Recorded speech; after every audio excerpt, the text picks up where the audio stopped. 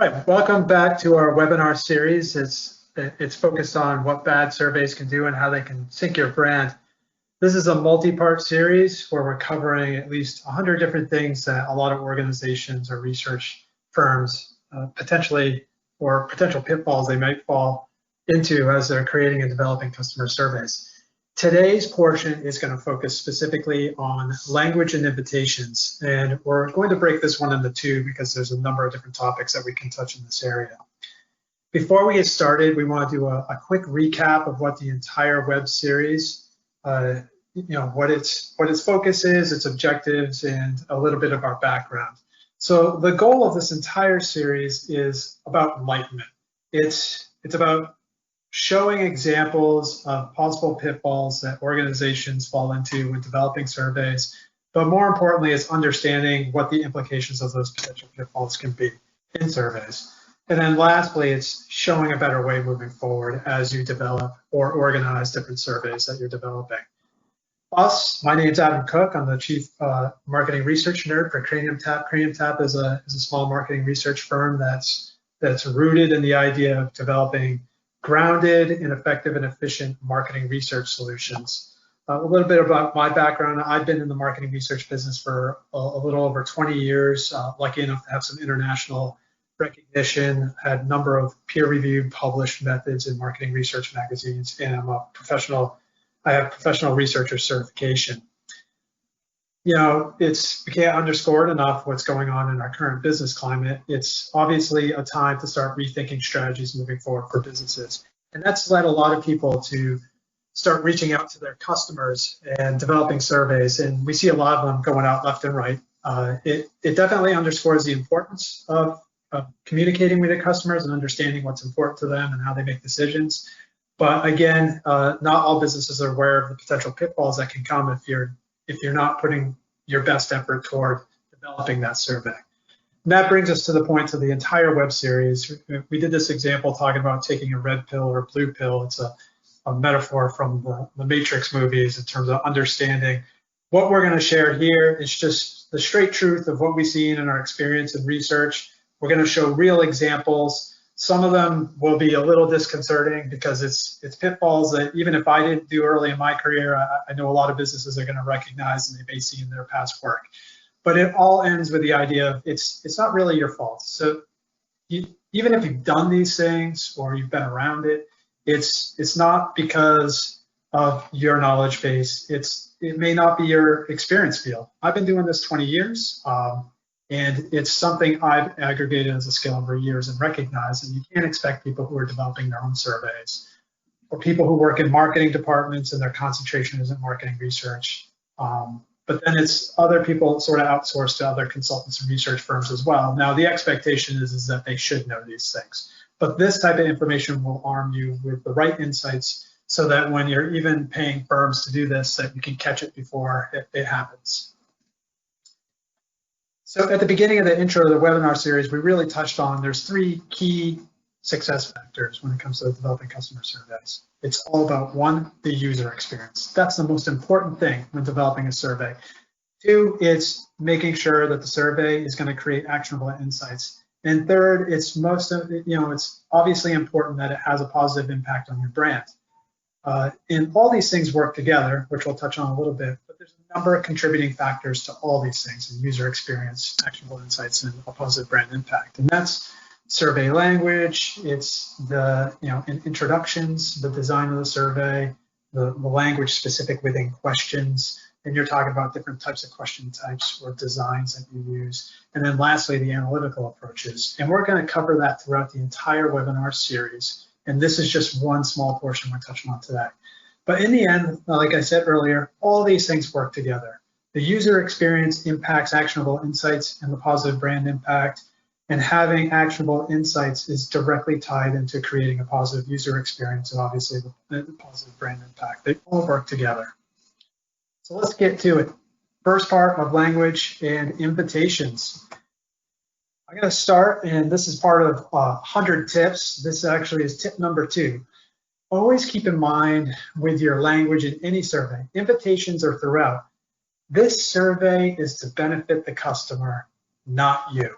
So if you have any experience in advertising or marketing fundamentals, it's always talking about the benefit of the consumer and speaking to one consumer at a time. It's all about them. It's not about you.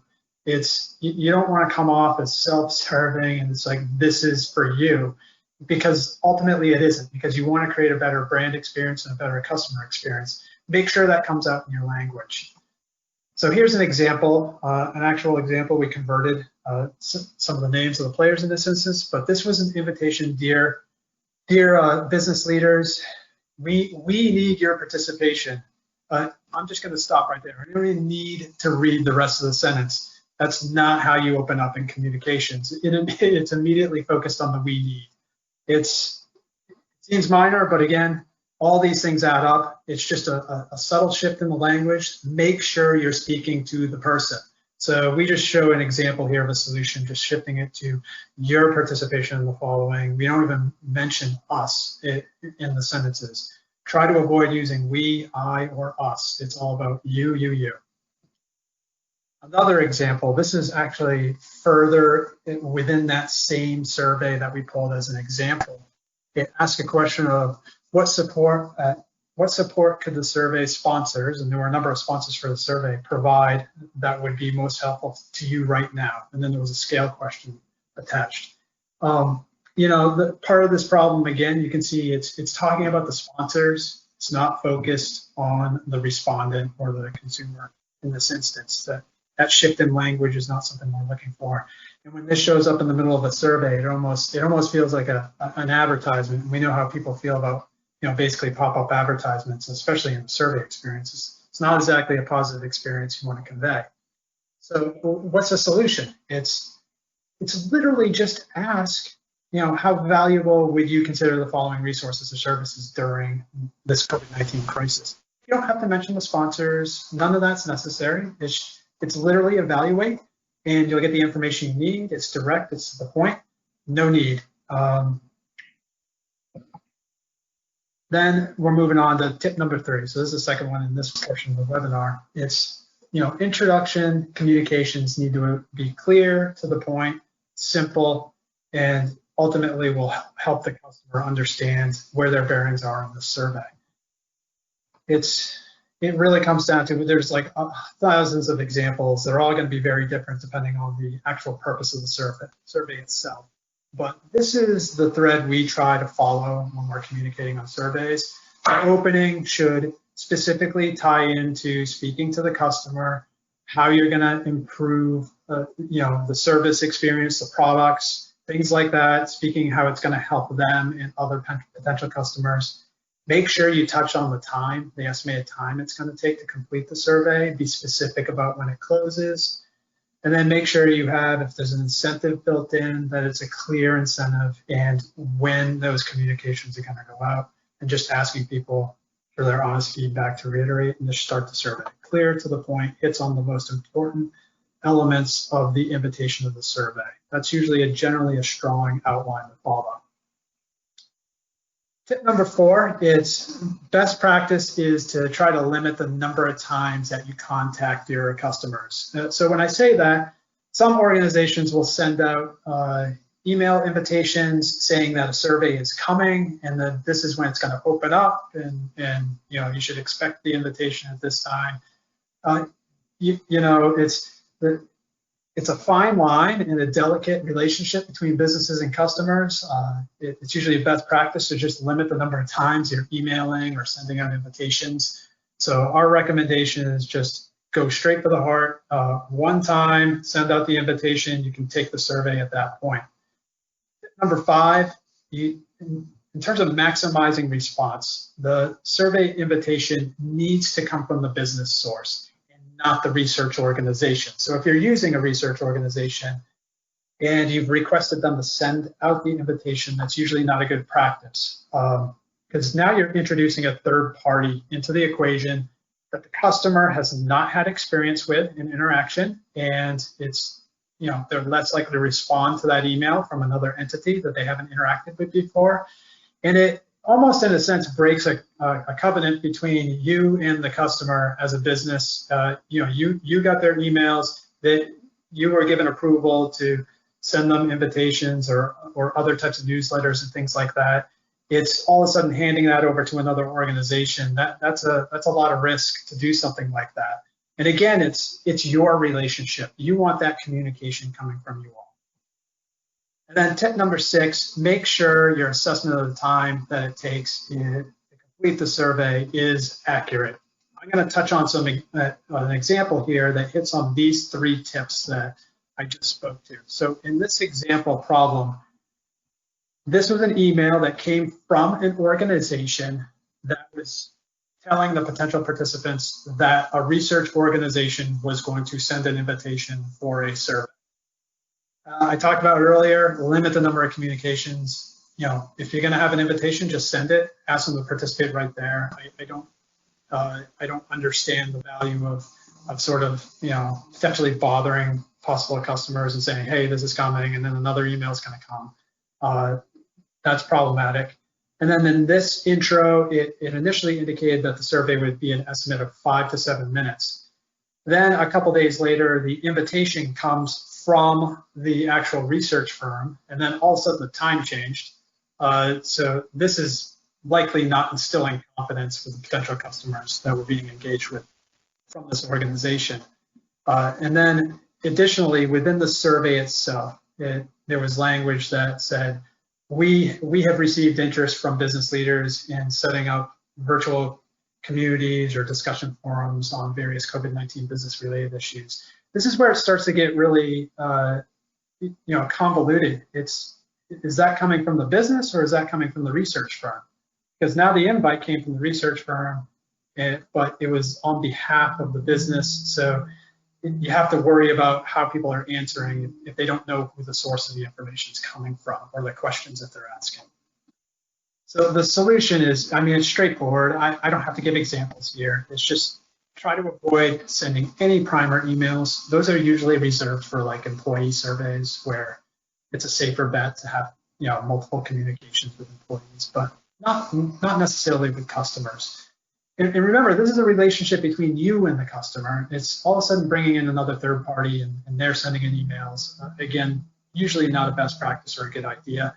And it will also reduce the respondents that you're likely to get. And then again, I can't say it enough, test the surveys for time.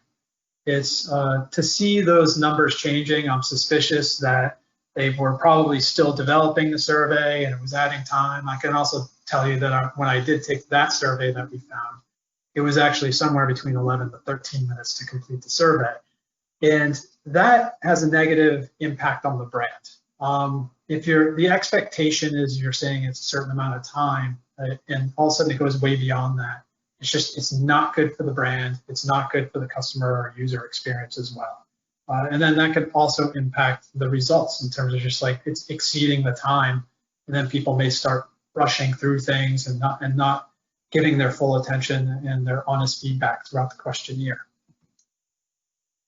Tip number 7, it's, limit the number of, the number of times someone has to click to get into the survey. It seems a little crazy, I may have to say this, but I've seen a number of organizations that will send out invitations through email, and they'll click on the start the survey, and it will take them to a web page, and it will reiterate the same invitation language on that web page, and then there's a place on that page to click the start the survey.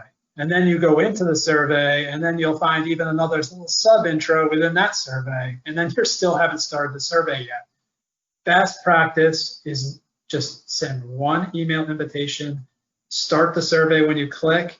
When that user has clicked on that survey, it should go straight into the questionnaires. No need for additional intro language that should have been communicated in the initial invitation on the email. Tip number 8, it's when you're considering offering an incentive, consider an appropriate one. And there's a lot of options out there. When I say that, some organizations will consider giving everyone that participates some form of incentive, like a small, like a $5 gift card incentive to everybody. And that can get extremely costly when you have a lot of participants on a survey. And it can also be a very low incentive for an individual as well. So not the best place to be. And then there's the other end of the spectrum where some organizations will offer like a one prize drawing, something large, worth, somewhere between $500 and $1,000 or something like that, and there's one winner. Now that can help reduce costs from the business side as an expense on incentives, but that can reduce the potential participants on the survey because humans are funny when it comes to the cost benefit analysis of looking at opportunity. And when they see a survey that's likely been sent out to thousands upon thousands of customers and they see that there's only potentially one winner, they almost naturally conclude that their odds are incredibly low, and then it's not worth their effort to go through that, so why bother? So it can reduce the potential response. It's the idea of finding somewhere in the middle. It's, find something that's a moderate incentive and has multiple winners. So it increases my odds as a potential customer and is feasible and realistic enough for me to spend that amount of time that you've asked me to take the survey. Tip 9, still tied to incentives. When you're thinking about incentives, be aware that not all incentives are equal. I've worked with a number of businesses over the years, and the first thing usually businesses say is we should offer a Starbucks gift card or a number of Starbucks gift cards and things like that. It's important to know that Starbucks is anything less than universal. Yes, they're on almost every street corner, but just because they're on every street corner doesn't mean everyone consumes Starbucks. In fact, research shows that less than 19% of the US population visits a Starbucks in any given month, whereas Amazon is closer to common currency.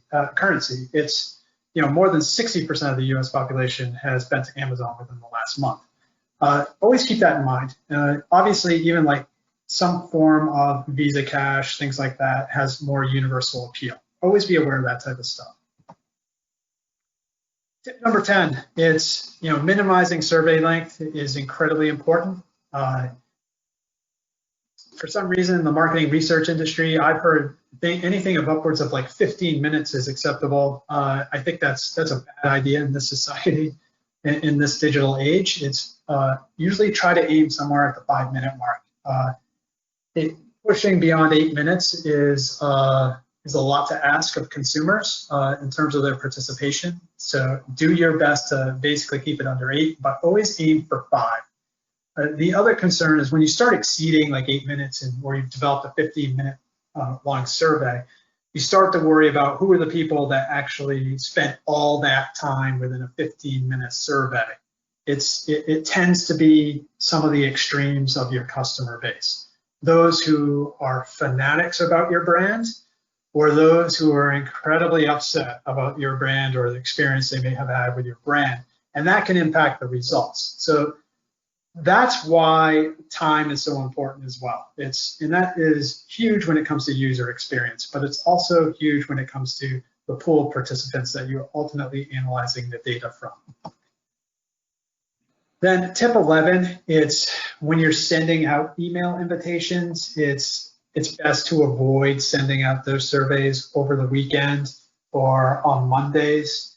It should speak for itself. The weekend is usually reserved for personal time. And it sounds strange, but most people are more likely to take surveys while they're during their work day, just like other consumption of different media resources. So it's like a break from some typical work activities that people are looking for. Mondays are like a huge catch-up day of work, and there's a lot more fixation from the consumer base in terms of what they're doing at work. So somewhere between Tuesdays and Fridays are ideal. Even later in the afternoon sometimes is better, depending on the time zone that you might be working in or whatnot. But the other thing, the only time when it is more acceptable on the weekends is if you're administering surveys that are immediately following experiences. So if it's a follow-up literally after someone purchased something on a Saturday or Sunday, it makes sense to send it out at that time. But for the most part, try to avoid weekends and Mondays. So that's the first portion of language and invitations. We're going to follow up with the remaining. It's roughly an additional 11 tips tied to invitations and general language in our next webinar drop. And then we're also going to follow up with additional series tied to survey design, question language specifically. We've already done one one webinar drop on question types and design, but there's more of those to come as well. And then we're going to round out the entire series. It should be roughly about 12 to 13 part series in analytical approaches, best practices when developing surveys, and how to analyze the data. And then beyond the surveys themselves, we're also going to touch on some topics in the future tied to things like consumer sentiment and the best approaches there, as well as customer segmentation and persona development, and what are some best practices, geographic analyses, focus group pitfalls. We'll touch on gap analysis techniques. There's also some organizations that have seen what are called quadrant analyses. Will help dispel the myth of how real those are and how effective they are analytically. And we'll also touch on communication testing techniques, as well as generational targeting and what that means in the marketing sphere, as well as additional marketing research topics in the future.